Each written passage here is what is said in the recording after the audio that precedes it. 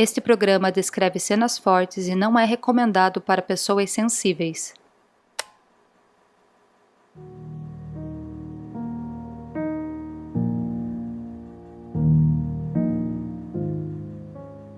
Demônios são tão antigos quanto a própria humanidade. Em princípio, não eram chifrudos com cauda longa e pele vermelha, mas sua essência malévola não precisou de uma forma física para moldar o mundo como conhecemos hoje. A palavra demônio vem do grego daimon, que significa divindade. Essas divindades, em sua origem, poderiam tanto ser boas quanto más, dependendo do vínculo que se estabelecia com elas ou de quem estaria sob suas influências. Algo bastante semelhante aos djinns ou gênios da cultura árabe pré-islâmica. Os daimones e os djinns eram capazes de trazer felicidades e fortunas, assim como maldições e sofrimentos. Dicotomias semelhantes são vistas no zoroastrismo persa e passadas para os judeus dos antigos cativeiros babilônicos. Também no Egito politeísta, na tradição budista, na antiguidade nórdica e oriental. Essa lógica pode facilmente ser associada às forças da natureza, por exemplo, que nos trazem alimento, calor e abrigo, mas também podem causar fome, seca e destruições em altíssima escala. Avançando um pouco no tempo, para os judeus antigos, demônios eram entidades malignas responsáveis por inúmeras doenças. E no século II a.C., a humanidade se encontrava mais do que nunca sob constantes ameaças dessas entidades. E como expulsar um demônio que causava dores de dente ou urticária? Bem, era preciso de um tipo de especialista, sábios médicos da antiguidade, os exorcistas. Muitos séculos se passam até chegarmos na Reforma Luterana, aos escritos de Santo Agostinho e, por fim, ao catolicismo como conhecemos hoje. E apesar das alterações sofridas pelo tempo, o homem ainda segue a mesma lógica maniqueísta de bem e mal. Assim, qual seria a causa de sofrimentos indizíveis senão demônios? Eu sou Isadora Martins e esse é o Lúgubres. Robert Mahan nasceu em 1935, em Maryland, subúrbio de Washington, D.C. Filho único de uma família de tradição luterana, o garoto tímido tinha poucos amigos, o que o tornou ainda mais próximo de sua família, especialmente de uma tia paterna, chamada Harriet. Harriet vivia em St. Louis, mas sempre que possível passava algum tempo na casa do irmão em Maryland. Espiritualista ferrenha, ela acreditava na comunicação com os mortos e adorava falar sobre o tema, inclusive com seu pequeno sobrinho, apresentando a ele um jogo para esse fim, o tabuleiro Ouija. No entanto, em janeiro de 1949, Robbie, agora com 13 anos, perdia sua melhor amiga. A tia Harriet faleceu sem causa aparente em St. Louis e Robbie não teve nem mesmo a chance de lhe dizer adeus. Assim, ele resolve tentar se comunicar com ela usando, é claro, o tabuleiro. A resposta, porém, não seria tão imediata. Os dias passaram até que Robbie e sua família começaram a ouvir barulhos pela casa, pingos, arranhões e até mesmo batidas nas paredes. Problemas hidráulicos, camundongos e até a tia Harriet, tentando se comunicar por meio das batidas, foram cogitados pelos Mahan. Por fim, perceberam que o que quer que estivesse acontecendo estava relacionado a Robbie. Certa noite, novamente ouvindo de Robbie que havia barulhos de passos ao redor da sua cama, a mãe e a avó foram até o seu quarto para acalmá-lo. Sentadas na cama com o garoto, elas não apenas presenciaram o som, como também viram o colchão tremendo e as pontas dos lençóis sendo levantadas como que por mãos invisíveis. Veja, diversas pessoas diferentes testemunharam eventos inexplicáveis próximos a Robbie. Objetos se moviam sozinhos, cadeiras tombavam e na escola houve um episódio em que a carteira do garoto se arrastou pela sala sem que o menino fizesse qualquer esforço, assustando a professora e os colegas de classe. Mas Robbie repetia: "Não sou eu, não sou eu." Com as repetições de eventos semelhantes, ele passou a ficar muito envergonhado para ir à escola, e seus pais decidiram então suspender as aulas até que as coisas se resolvessem. Eles levaram Robbie a médicos, psicólogos e psiquiatras, porém o diagnóstico era sempre o mesmo: O garoto era normal, saudável e devia estar apenas tentando pregar uma peça ou chamar atenção. Sabe como é a coisa de adolescente. Aqui precisamos considerar a investigação médica superficial que era feita na época. Thomas Eyland, autor de Exorcismo, livro que conta toda a história do caso e a maior fonte desse episódio, conversou com muitos profissionais da área e pôde concluir que, naquele tempo, os médicos faziam pouquíssimas perguntas, e os pacientes tinham um profundo receio de falar abertamente sobre o que sentiam e acabarem trancafiados em um manicômio, o que é ainda mais compreensível pensando na pouca idade de Robbie. Se ainda hoje doenças mentais são um tabu, imagina há 70 anos. Sem saber mais o que pensar, a família passou a acreditar que Robbie estivesse sob a influência de algo de natureza espiritual, e resolveram pedir a ajuda do seu reverendo luterano Schultz, que visitou Robbie e presenciou os fenômenos. Schultz, entretanto, permaneceu cético sobre a veracidade das manifestações e acreditava que, caso fossem reais, pudessem se tratar de um caso de parapsicologia. A parapsicologia é uma pseudociência que investiga os fenômenos decorrentes de uma atividade cerebral extraconsciente. Seus pilares são a clarividência, a telepatia e a psicocinese, sendo essa última a explicação do que acontecia com Robbie e os objetos se movendo ao seu redor. Não sabendo muito bem como ajudar, Schultz propõe aos Mayhem que Robbie passe uma noite em sua casa, pois acreditava que as manifestações não aconteceriam em um lugar não familiar ao garoto. Além do mais, pelo menos a família poderia ter uma noite de descanso. Assim, o jovem rapaz foi colocado para dormir na cama ao lado da do reverendo. Tudo parecia bem até que, à meia-noite, o colchão de Robbie começou a tremer. O barulho acordou Schultz, que o questionou a respeito. Não sou eu, argumentou Robbie. Schultz então colocou o garoto para dormir em uma poltrona pesada na sala que, logo em seguida, também começou a tremer tão forte que acabou tombando. A solução então foi colocar Robbie para dormir em um colchão no chão. Mas às 3 horas da manhã, Schultz acordou novamente com o barulho dele deslizando freneticamente pelo cômodo.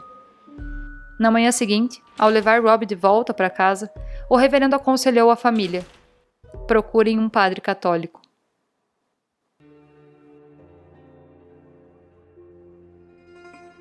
Em fevereiro do mesmo ano, o pai de Robbie conseguiu a ajuda de um jovem padre católico chamado Albert Hughes, que apesar de pouco conhecimento sobre possessões demoníacas, ficou comovido com o sofrimento da família e conseguiu permissão do arcebispo Boyle para performar uma sessão de exorcismo.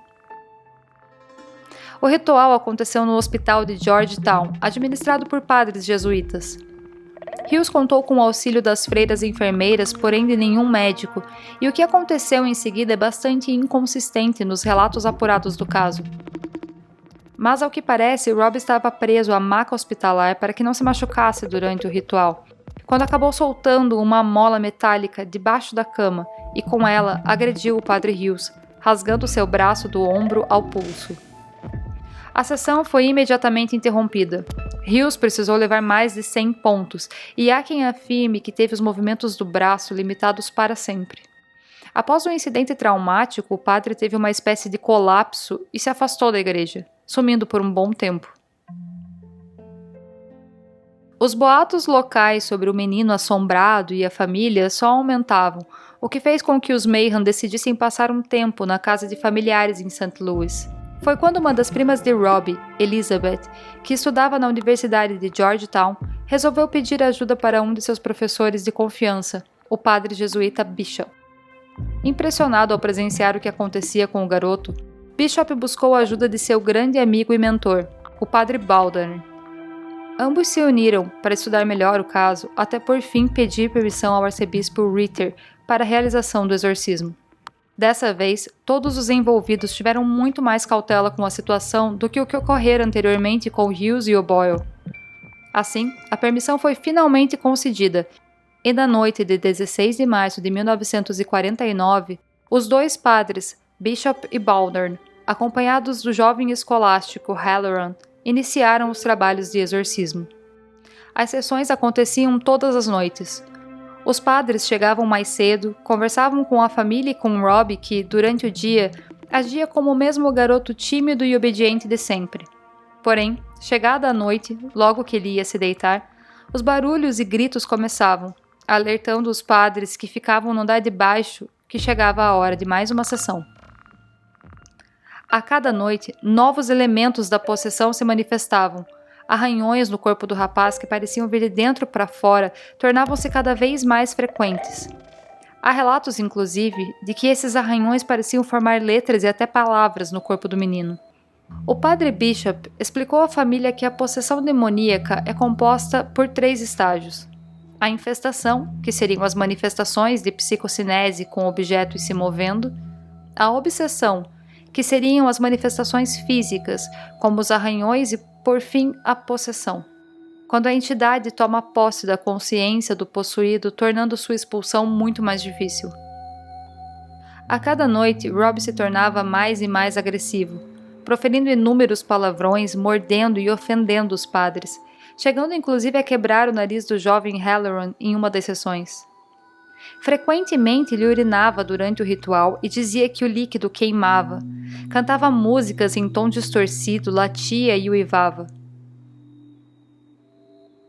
Os padres resolveram então continuar com as sessões no Hospital dos Irmãos Aleixanos, em que teriam um ambiente religioso e mais seguro, permitindo também que a família descansasse um pouco. Ainda assim, a agressividade de Rob só aumentava.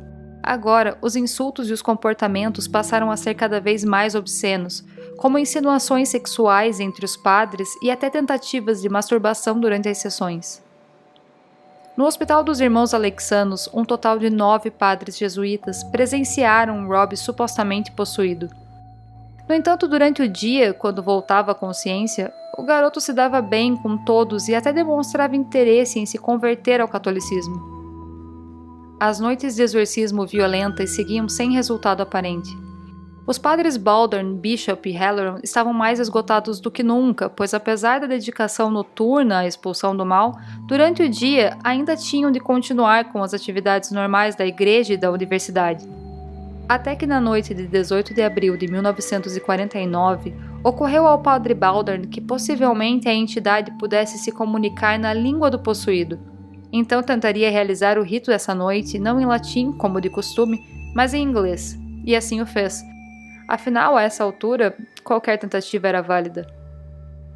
Em determinado momento, Rob começou a se contorcer com mais violência do que nunca, até que houve um silêncio absoluto e, em seguida, uma voz ecoou pelo cômodo. Era a voz de Rob que dizia, abre aspas, Satã, Satã, eu sou São Miguel e ordeno-te, Satã, e a outros espíritos malignos a deixarem o corpo, em nome de Dominus, imediatamente, agora, agora. Fecha aspas. Então todos souberam que estava acabado. Eles haviam conseguido. Rob recobrou a consciência e contou sobre ter visto o anjo Miguel enfrentando o diabo com uma espada flamejante. Ele venceu a luta e prendeu diversos demônios em uma caverna escura. E bem, Robin estava mesmo curado. Nenhum dos fenômenos jamais se repetiu. Ele cresceu e, com o passar dos anos, esqueceu completamente o que acontecera na época dos fatos. Eventualmente, ele se casou, montou sua própria família e deu o nome do seu primeiro filho de Miguel. A história de Rob saiu nos jornais locais como um exorcismo real e bem-sucedido. O padre Halloran se tornou seu propagador mais entusiasmado, dando entrevistas a alguns meios de comunicação a respeito por muitos anos. Mas, mais crucial do que os depoimentos de Halloran foi o diário do padre Bishop, que narrava cada sessão de exorcismo em detalhes. Um documento crível de tudo o que havia acontecido e com uma lista de cerca de 49 outras testemunhas. Um leitor do The Washington Post, em especial, ficou bastante intrigado com a matéria que contava a história do menino atormentado. Seu nome era William Peter Blatty, que morava na região de Georgetown. Ele achou a história tão interessante que resolveu usá-la como base para escrever um livro. Um livro que talvez você já deve ter ouvido falar, ou pelo menos da sua adaptação para o cinema. Ele se chama O Exorcista. Para preservar ainda mais a identidade do menino e da sua família, Robbie foi substituído por uma menina, Regan McNeil, de 12 anos.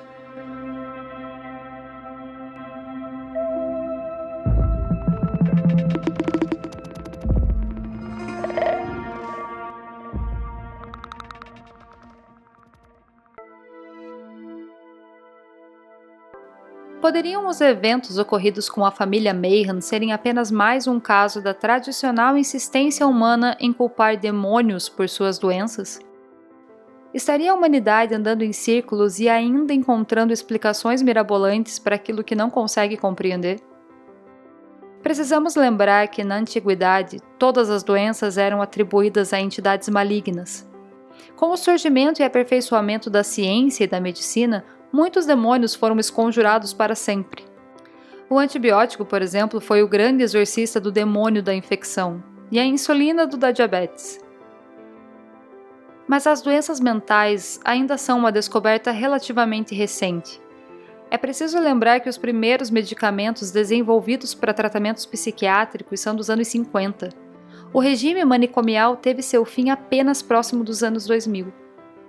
Talvez hoje, com o avanço dos tratamentos psiquiátricos, poderíamos descobrir que Robbie, na verdade, sofria de esquizofrenia, por exemplo. Algo assim, agregado a falsas memórias e ao bom e velho quem conta um conto aumenta um ponto, facilmente poderia se tornar uma história inflamada de possessão demoníaca. Outras possibilidades psiquiátricas para o caso de Robbie, porém pouco prováveis, são exploradas por Thomas Allen no livro Exorcismo. Uma delas é a síndrome de Tourette, em que o paciente tem comportamentos compulsivos como tiques nervosos. Há casos raros em que a pessoa não consegue controlar sua fala, muitas vezes ofensiva, além de gestos obscenos também incontroláveis. Outra possibilidade é o transtorno obsessivo-compulsivo ligado à escrupulosidade, em que pensamentos puritanos obsessivos desencadeiam reações agressivas descontroladas. Há também a hipótese de transtorno dissociativo de personalidade, também conhecido como transtorno de múltiplas personalidades. É comum que pacientes com esse distúrbio acreditem estar possuídos pelo que na verdade é uma personalidade dissociada. Além disso, são pessoas extremamente sugestionáveis e sensíveis à hipnose, por exemplo, o que parece se encaixar com o caso de Robbie, em que a cura foi justamente por meio de um processo sugestivo. O que mais me assusta nessa hipótese, no entanto, é que grande parte das pessoas que desenvolvem esse transtorno possuem um histórico de abuso sexual na primeira infância. E é aqui que surge a teoria de que a proximidade da tia Harriet e Robbie vinha desses abusos, e esses abusos teriam sido reprimidos pela dissociação de personalidade do garoto, uma forma do cérebro tentar preservar parte de sua consciência, parte essa que o abuso não alcançaria. A morte de Harriet poderia ter sido o gatilho para desencadear essa dissociação. Mas são apenas hipóteses, assim como a dos demônios. Jamais saberemos. O que sabemos é que, mais comum do que entidades malignas, é a crueldade distorcida do ser humano. Uma criatura capaz de grande bondade, assim como grande perversidade. E para finalizar, eu quero deixar aqui a citação de Herbert Thurston, um padre jesuíta especialista em espiritualismo e ocultismo. Abre aspas. Não nego que pode haver algo diabólico ou de qualquer forma maligno dentro deles, os possuídos. No entanto, por outro lado, também é possível que haja forças naturais envolvidas que são até agora pouco conhecidas para nós, como as forças latentes da eletricidade eram para os gregos. É possível que seja a complicação desses dois fatores que formam o âmago do mistério. Fecha aspas.